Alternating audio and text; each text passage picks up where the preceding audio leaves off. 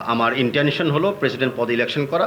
আমি interested party না, আমি অবশ্যই ইলেকশনে লড়ব। আমি ফুটবল নিয়ে কিন্তু জড়িত, আমি ফুটবল সংগঠক হিসেবে জড়িত, স্পন্সর হিসেবে জড়িত, ফ্যান হিসেবে জড়িত। এই স্পোর্টস এরিনা থেকে আমি সরে যেতে চাচ্ছিও না।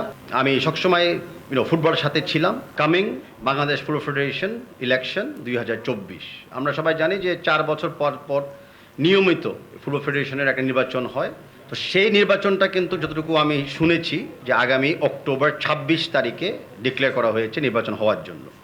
তো আমাদের যেই যে আমাদের সংস্কৃতি ছিল এই স্পোর্টস ইলেকশন নিয়ে, আমরা কিন্তু নর্মালি নির্বাচন শুরু আনুষ্ঠানিকভাবে শুরু হওয়ার পরে এসব ঘোষণা দিই বা ডিসকাশন করি সবার সাথে।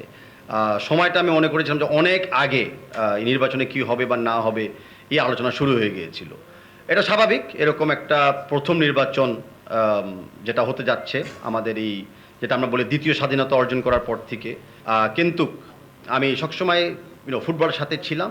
আমি ছোটোবেলা ফুটবল খেলেছিলাম, অনেকগুলো টিমকে সাপোর্ট দিয়েছিলাম, নিজেও 2টা টিমকে আমি এগিয়ে নিয়েছিলাম। ফুটবলে অন্য অন্য যেখানে যেখানে সাপোর্ট দরকার ছিল খেলোয়াড়দের জন্য বা খেলোয়াড়দের সাথে যারা জড়িত থাকেন, আমি সেই সাপোর্ট দিয়েছিলাম। আমার কমিটমেন্ট ছিল যে না, আমি এই স্পোর্টস এরিনা থেকে আমি সরে যেতে চাচ্ছিও না, সরে যেতে পারবোও না আমি চেলেও, বিকজ আমার মনে করেন আত্মা স্পোর্টসের সাথে জড়িত আছে।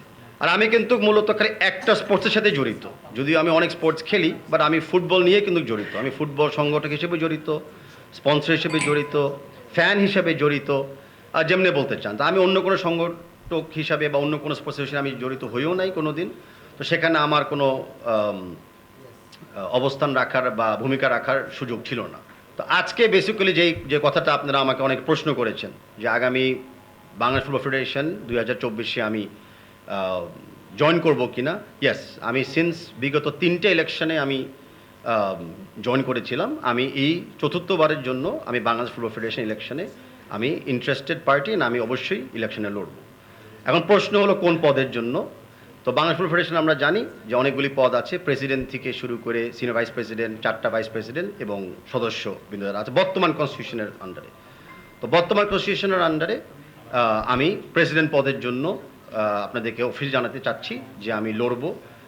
আমার ইন্টেনশন হলো প্রেসিডেন্ট পদে ইলেকশন করা, অ্যান্ড আমি আশাবাদী যে প্রেসিডেন্ট হিসেবে লড়লে আমি জিতবো, অ্যান্ড জিতলে আমি ফুটবলের ধারাবাহিকতা আরও সামনের দিকে নিয়ে যেতে পারবো।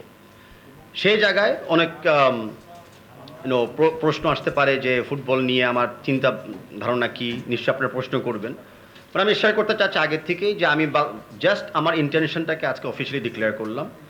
কিন্তু প্রেসিডেন্ট হওয়া বা ইলেকশন করার প্রক্রিয়া কিন্তু অক্টোবরে শুরু হতে যাচ্ছে। নমিনেশন ফর্ম জমা দিয়ে যদি পাস হই স্ক্রুটিনাইজারের মাধ্যমে, তখন আমি একটা হব, একটা ক্যান্ডিডেট হব। তো সেই সময় আমি ডিক্লেয়ার করব যে আমাদের ম্যানিফেস্টো কী হতে পারে বা ভবিষ্যতে পরিকল্পনা কী হতে পারে।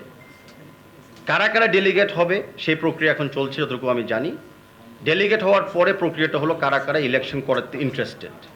ইলেকশনে যখন আমরা বুঝবো কারা কারা ইন্টারেস্টেড, তখন হয়তো চিন্তা করা যাবে কি একটা প্যানেল হবে নাকি আংশিক প্যানেল হবে নাকি কোনো প্যানেলই হবে না। তো সেই জায়গাগুলো তো আমি এখন কোনো বক্তব্য রাখতে পারছি না, তা আপনাদেরকে আমি আগেই জায়গাটা প্রশ্ন করে দিলাম।